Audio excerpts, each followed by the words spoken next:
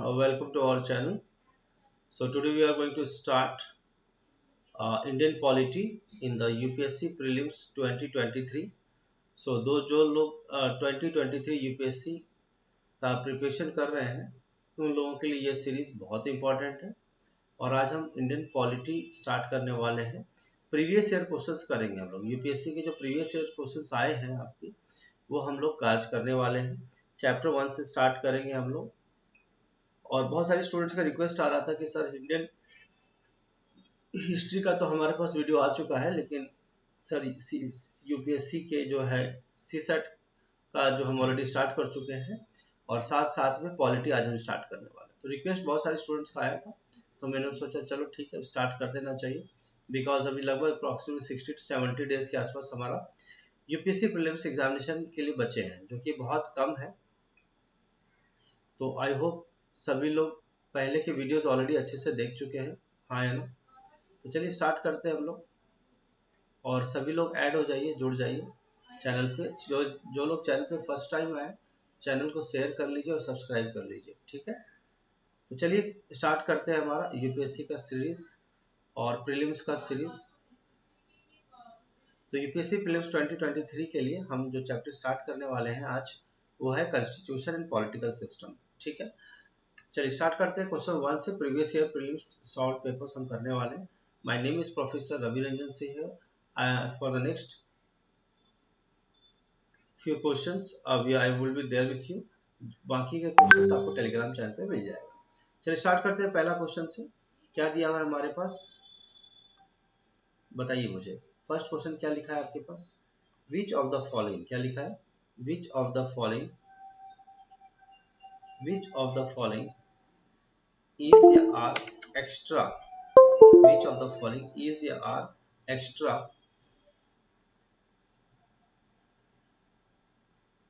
constitutional and extra legal device for securing cooperation coordination between states in India। तो आपको ये बताना है, जरा बताइए सभी लोग इसका आंसर क्या आएगा। Extra constitutional and extra legal device for securing cooperation and coordination between the states in India. तो आपको बताना है कि इसका करेक्ट आंसर क्या है। National development council, the governors conference, ठीक है, नोट डाउन कर लीजिए। तो चलिए पहला क्वेश्चन से स्टार्ट करते हैं हम लोग। और जनरल स्टडीज का प्रीलिम्स का हम लोग पेपर कर रहे हैं, और इंडियन पॉलिटी का जो पार्ट है, बहुत सारे स्टूडेंट्स का रिक्वेस्ट आया था कि इंडियन पॉलिटी का स्टार्ट किया जाए। तो इंडियन पॉलिटी का पार्ट स्टार्ट करने वाले हम लोग। जीएस पेपर फर्स्ट में भी आता है ये, और जनरल स्टडीज 1 यानी प्रीलिम्स के पेपर फर्स्ट में आता है। सेकंड पेपर सी सेट होता है आपका। तो प्रीलिम्स का आगे चलते हैं, इंडियन पॉलिटी का डिस्कस करते हैं, ठीक है। चलिए देखिए क्या दिया है first question. Which of the following is या are extra constitutional and extra legal device for securing cooperation and coordination between the states. Extra constitutional और एक्स्ट्रा लीगल डिवाइस कौन सा है जो स्टेट्स के बीच में कोऑपरेशन और कोऑर्डिनेशन मेंटेन करता है, वो कौन सा है? एनडीसी है, बिल्कुल सही है। गवर्नर्स कॉन्फ्रेंस, बिल्कुल सही है। जोनल काउंसिल, ये भी सही है, लेकिन इंटर स्टेट काउंसिल नहीं। इसका आंसर क्या हो जाएगा? फर्स्ट, सेकंड एंड थर्ड, यानी ऑप्शन नंबर बी, ठीक है। आगे चलते हैं, थोड़ा रैपिड फायर वायर राउंड रहेगा हमारा, थोड़ा फास्ट चलेंगे। नेक्स्ट क्वेश्चन दिया है, which of the following are matters on which a constitutional amendment is possible only with the ratification of the legislature of not less than one half of the states। कौन सा ऐसा matter है जिसमें constitutional amendment तभी possible है जब हमारे पास जो वोट्स हैं वो 1/2 से ज्यादा नहीं होना चाहिए। इलेक्शन ऑफ द प्रेसिडेंट, बिल्कुल सही है, 2/3 मेंबर्स की वोटिंग होती है, ठीक है। Representation of the states in the parliament, ये भी बिल्कुल सही है। List in the 7th schedule, ये भी सही है। Abolition of legislator council in the state, ये सही नहीं है, ठीक है। इसका करेक्ट आंसर हो जाएगा first, second and third, second option, और ये सही हो जाएगा, ठीक है। आई होप सब लोग को क्लियर है, यस और नो। चलिए नेक्स्ट क्वेश्चन देखते हैं हम।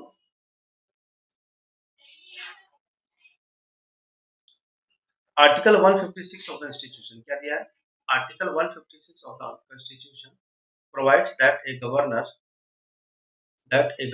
should hold office for a term of 5 years from the date on which he enters upon the office.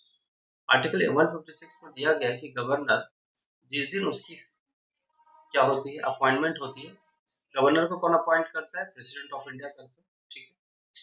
उसके बाद जब वो एंटर करते हैं 5 साल के लिए, तो ये बात सभी को पता है कि 5 साल का टेन्योर होता है governor.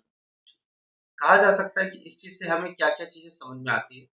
No governor can be remove from office till completion of his term. No governor can continue in office beyond 5 years। आपको बताना है क्या गवर्नर 5 साल से पहले नहीं निकाले जा सकते? ये गलत बात है। अगर प्रेसिडेंट, आपको पता है governor can attend his office, his और her office only when the president wants him to be in the office, right, during the pleasure of the president, right. तो प्रेसिडेंट जब तक चाहेगा तब तक गवर्नर ऑफिस में रहेंगे, और प्रेसिडेंट चाहेंगे तो गवर्नर को क्या कर सकते हैं? निकाल भी सकते हैं, मतलब चेंज कर सकते हैं, ठीक है। बात ये भी है कि गवर्नर क्या 5 साल के बाद भी अपॉइंट हो सकता है? बिल्कुल सही बात है। अगर प्रेसिडेंट चाहे तो गवर्नर किसी भी पर्टिकुलर स्टेट के गवर्नर को 5 साल के बाद के लिए भी सेकेंड टर्म के लिए अपॉइंट कर सकते हैं। यानी ये भी गलत हो गया और ये भी गलत हो गया। इसका मतलब आंसर क्या होगा? Neither first nor second. समझ में आ रही है बात सब लोग को? हाँ या ना? तो गवर्नर रिमूव किया जा सकता है प्रेसिडेंट के द्वारा, ठीक है। गवर्नर प्रेसिडेंट के द्वारा रिमूव किया जा सकता है, चाहे उसका टर्म कंप्लीट हुआ हो या नहीं हुआ हो, राइट। और दूसरा क्या है कि 5 साल के बाद यानी फर्स्ट टर्म के बाद भी गवर्नर को प्रेसिडेंट चाहे तो अपॉइंट कर सकता है नेक्स्ट टर्म के लिए, ठीक है। इसका मतलब दोनों सेंटेंस गलत निकला और करेक्ट ऑप्शन क्या आएगा? Neither first nor second. I hope सब लोगों को क्लियर है। ये यूपीएससी के प्रीलिम्स एग्जामिनेशन 1995 का पूछा हुआ क्वेश्चन है, ठीक है। यस और नो? चलिए moving to the next question. और ये सारी चीजें क्या है? आर्टिकल 156 में भी लिखा है, article shall hold office during the pleasure of the president, right. Next, अब ये कहा जा रहा है provided that the governor shall notwithstanding the expiration of his term continue to hold office until his successor enter his office.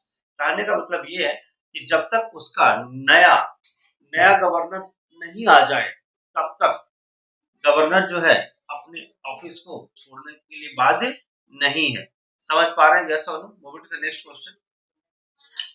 Which of the following are matters on which a constitutional amendment is possible only with the ratification of the legislature of not? ये बात हम already question कर चुके हैं, है ना। ये question हम लोग ऑलरेडी क्या किए हैं? कर चुके हैं, हाँ या ना। Election of the president, yes. Representation of states in the parliament, बिल्कुल सही है। Any of the list in the 7th schedule, ये भी सही है। Abolition of the legislature council of state, ये गलत है। इसका करेक्ट आंसर क्या था? First, second and third. ये क्वेश्चन रिपीट हो गया है, ठीक है। नेक्स्ट क्वेश्चन देखते हैं। So draw point number 4. Which is not explicitly stated in the Constitution of India, but follow as a convention. आपको ये बताना है कि कौन सी ऐसी चीज है जो कॉन्स्टिट्यूशन ऑफ इंडिया में मेंशन की हुई नहीं है, लेकिन ये कन्वेंशन माना जाता है, यानी ये चीजें माननी पड़ती है या फिर ये रूल लागू होता है, ठीक है। लेकिन ये कॉन्स्टिट्यूशन में मेंशन किया हुआ नहीं है। यूपीएससी के प्रीलिम्स एग्जाम 1995 का ये क्वेश्चन है। चलिए देखते हैं। The finance minister is to be the member of the lower house. कहा जाता है कि जो फाइनेंस मिनिस्टर है वो लोकसभा के मेंबर होना चाहिए। लोअर हाउस किसको बोलते हैं? लोकसभा को बोलते हैं। किसको बोलते हैं? लोकसभा को क्या बोलते हैं? हेलो, लोअर हाउस बोलते हैं। क्या finance minister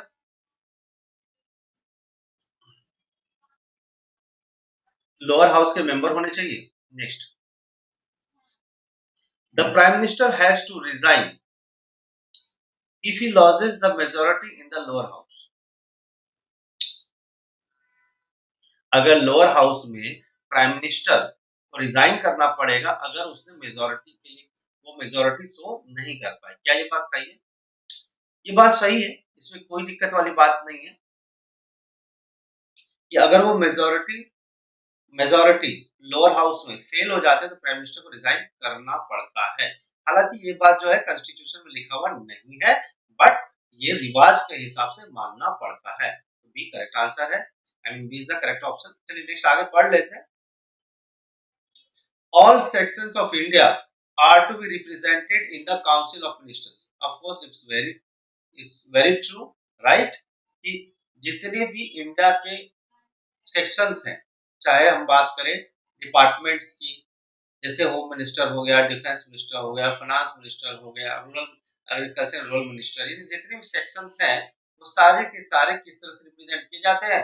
council of ministers के रूप में किए जाते हैं। बिल्कुल सही बात है, ठीक है, इसमें कोई प्रॉब्लम नहीं है, ये भी बात सही है।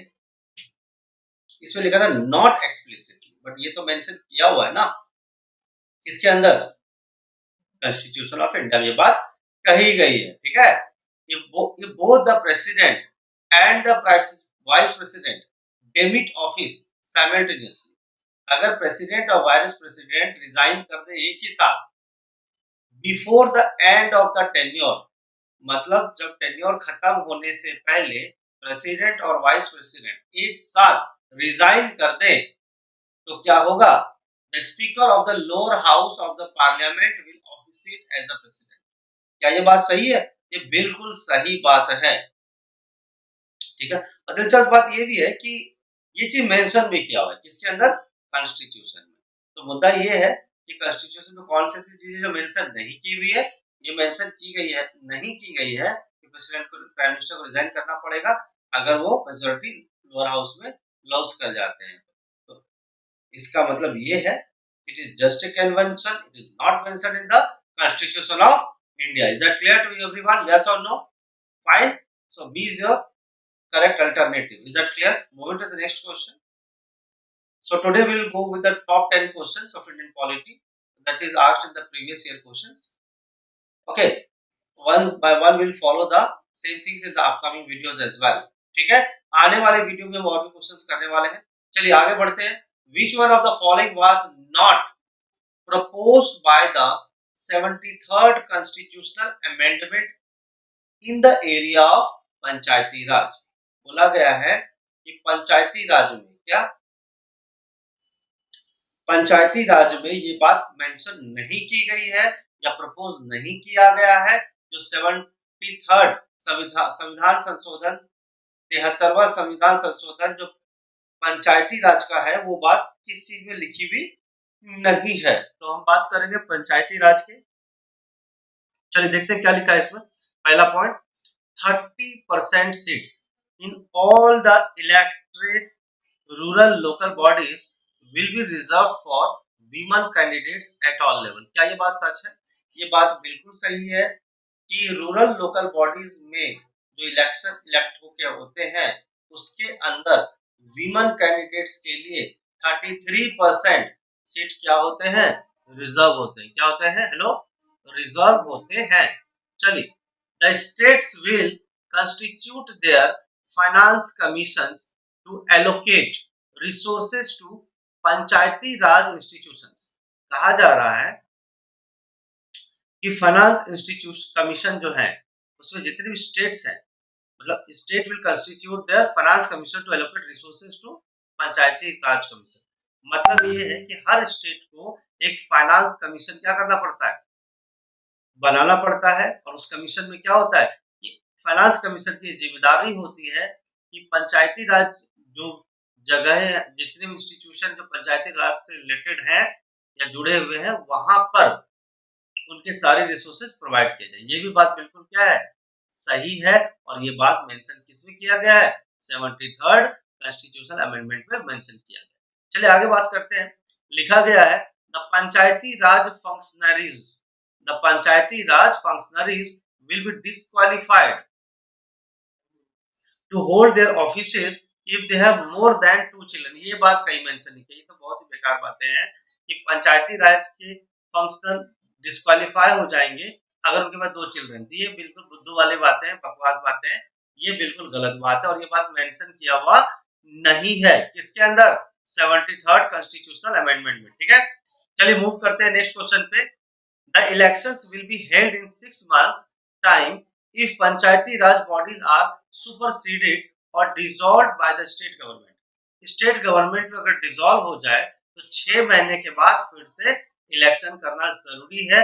और ये बात बिल्कुल क्या किया गई है, सब ये बात मेंशन किया हुआ है किसके अंदर, पंचायती राज के एरियाज के अंदर, यानी पंचायती राज के अंदर बात कही गई है कि 6 महीने के बाद इलेक्शन होना चाहिए। तो ये चिल्ड्रन वाली बात बिल्कुल गलत है। तो इसका मतलब first A B C D में सी ऑप्शन गलत हुआ और ए बी डी सही है। चलिए move to the next question. हालांकि एग्जांपल्स में अगर हम देखेंगे ना तो 73rd अमेंडमेंट एक्ट में नहीं है, बट एक बार ऐसा हुआ कि, और बाकी सब जो कुछ स्टेट्स हैं जैसा कि हम बात करें, ये सब हरियाणा, राजस्थान, मध्य प्रदेश, उड़ीसा और आंध्र प्रदेश से ये बात मेंशन किया गया है। चलिए आगे बात करते हैं। दो स्टेटमेंट दिया गया है, क्या दिया गया हमारे पास, हेलो, दो स्टेटमेंट दिया गया है, one labelled as assertion and other related as labelled as reason. आपको बताना है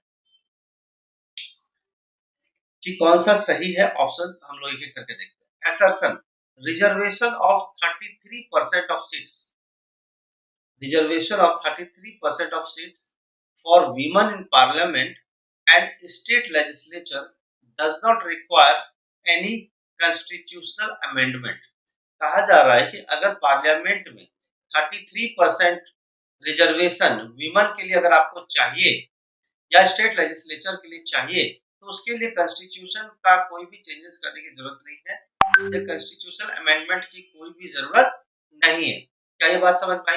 लेकिन रीजन देखिए क्या दिया गया है, इसको आप स्टेटमेंट भी कह सकते हैं। पॉलिटिकल पार्टीज, क्या लिखा है, political parties contesting elections can allocate 33% of seats they contest to women candidates without any constitutional amendment। अब बोला जा रहा है कि पॉलिटिकल पार्टी जो इलेक्शन में पार्टिसिपेट कर रहे हैं वो 33% सीट विमेन कैंडिडेट को दे सकते हैं बिना कॉन्स्टिट्यूशन को अमेंडमेंट किए। देखिए अगर हम ध्यान से देखें तो पहला स्टेटमेंट क्या है, सही है, मतलब assertion इज करेक्ट, सॉरी अगर ध्यान से देखें, sorry assertion is false while reason is true. Reason सही है, रीजन क्या है, सही है, लेकिन उसका अगर हम assertion देखें तो ये बात बिल्कुल गलत है। तो ये बात सही, 33% सीट हम दे सकते हैं विमेन को और इसमें कॉन्स्टिट्यूशनल अमेंडमेंट की कोई जरूरत नहीं है। तो रीजन इज करेक्ट, यस और no, is that clear? Reason is correct but assertion is wrong. इसका आंसर क्या हो जाएगा, ऑप्शन नंबर डी। चलिए नेक्स्ट क्वेश्चन देखते हैं हम लोग। Which of the following is या are stated in the Constitution of India?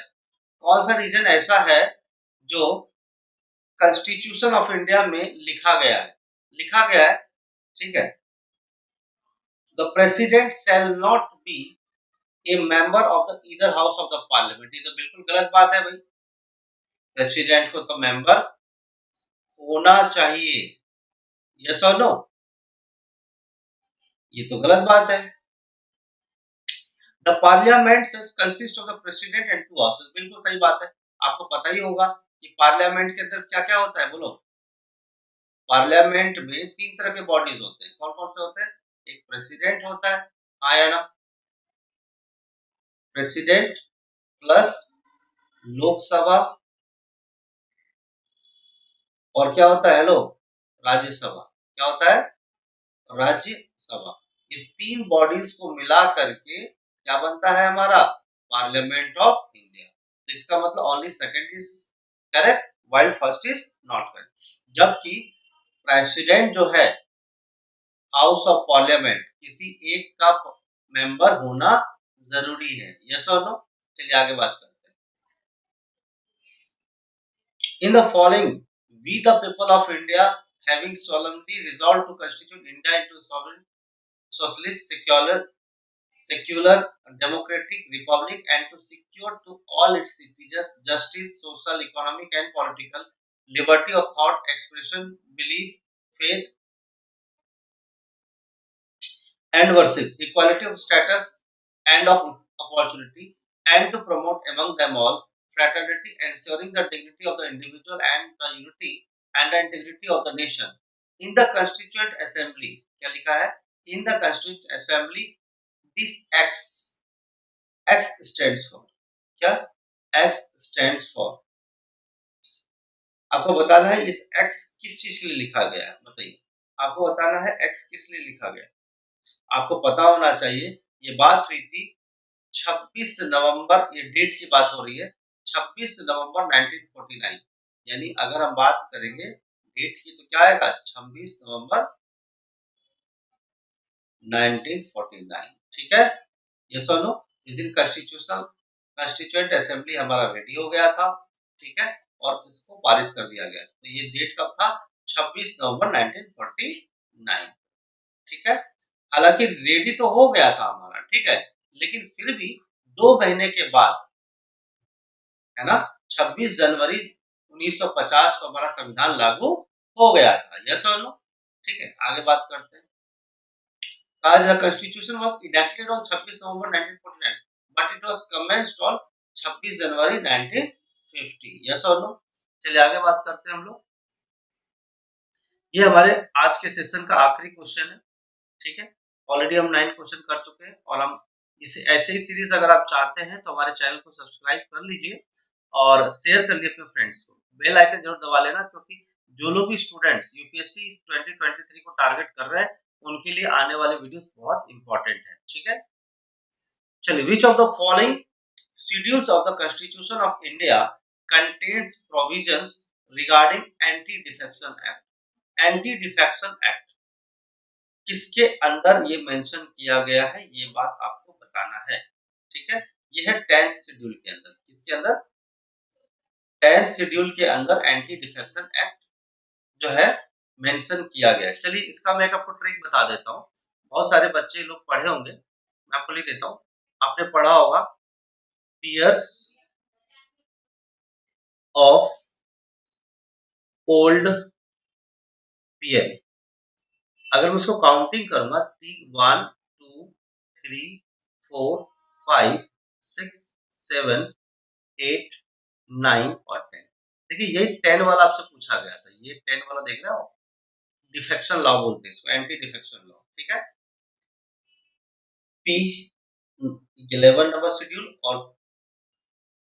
और एम क्या है 12 नंबर शेड्यूल। इसके ट्रिक्स हम लोग डिटेल में वीडियो जब हम लोग स्टडी करेंगे तो देखेंगे, ठीक है। तो चलिए, आज के लिए हम लोग का इतना ही सेशन रखते हैं। टॉप 10 क्वेश्चन हम लोगों ने किया है। आने वाले टाइम पे ऐसे ही यूपीएससी क्वालिटी के प्रीलिम्स लेवल के क्वेश्चंस, प्रीवियस ईयर के क्वेश्चंस हम लोग करेंगे, ठीक है। So this is Professor Ravi Ranjan sir here signing off. Thank you very much. Have a nice day.